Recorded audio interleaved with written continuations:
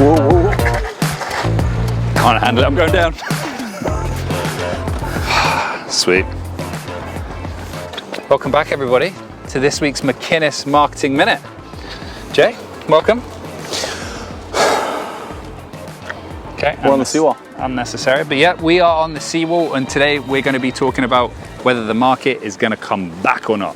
If it's going to get back to that heated territory that we've seen the last year and a half. There's that big red statue that everyone's taking photos of. Once again, completely pointless.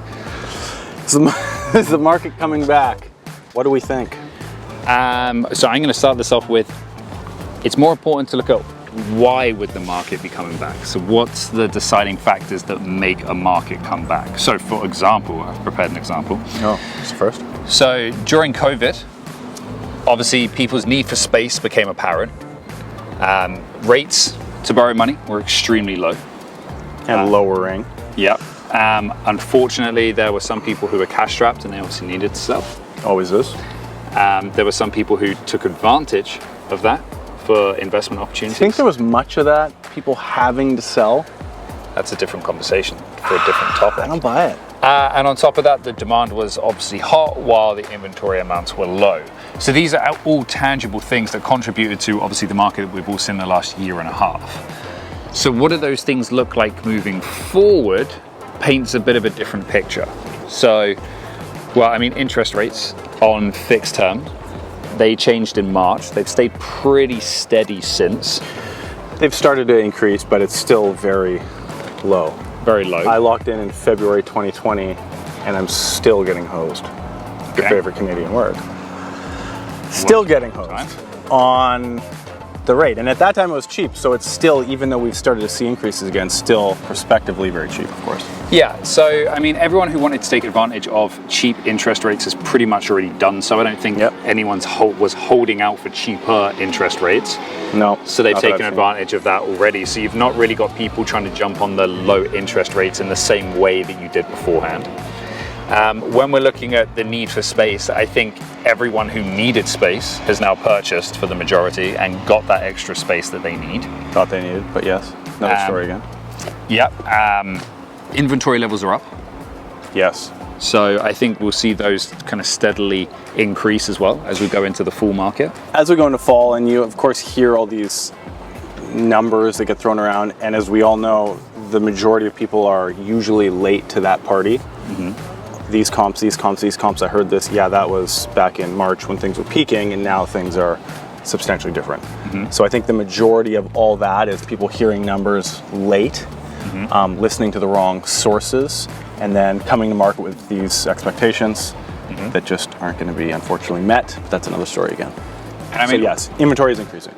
I think buyer demand is dropping because there's only so many people who can afford to buy homes, and I think with the demand so high that it was the last year and a half, the majority of those people have gone into the market who wanted to do something, who are actively looking at doing something, did so.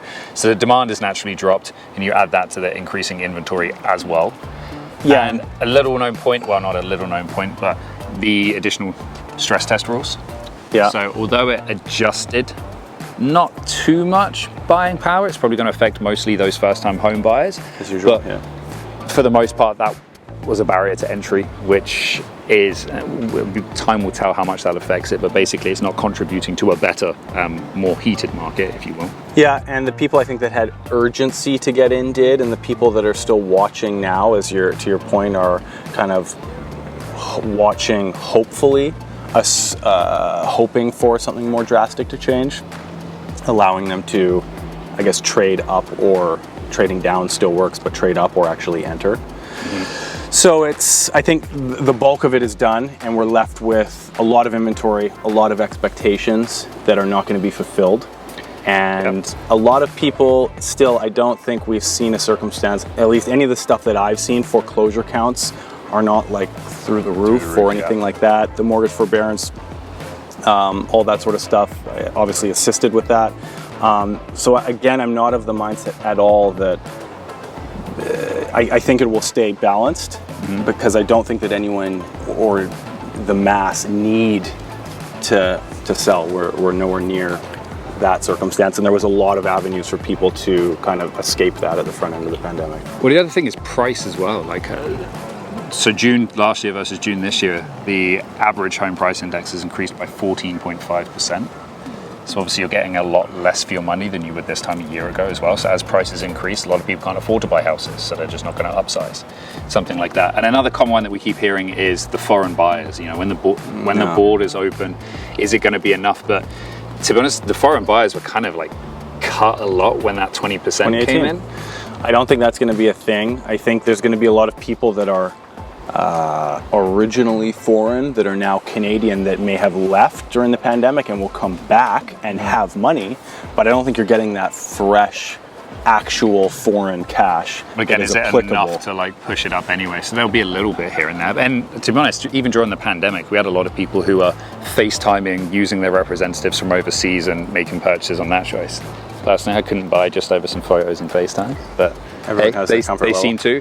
So basically what we're getting at is all of the things here are not pointing towards why the market would rush. We're not a crystal ball, but kind of I'm going to like point, we kind of are, because we've kind of been right about pretty much everything in life today. So there's two things. Real estate and not.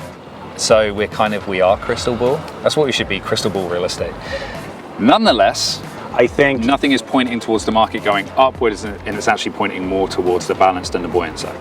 Yeah, I think balanced because, there will be deals here and transactions here and there that may look like things may be sinking, but I think that will be very much a one-off. I don't think anyone, again, those people that are overseas now and come back, what would their urgency be? And are there enough of them in order to impact the market? Exactly, and what would the urgency of a sale be when prices have gone up as well? And is there enough of that for the market to actually sink beyond buoyant? I don't see it. So I'm going to say just crystal glass ocean, just like out here, just smooth like the harbor. Nothing drastic. Okay, thanks for that analogy. I think on that note, that was a good analogy. Look at the water.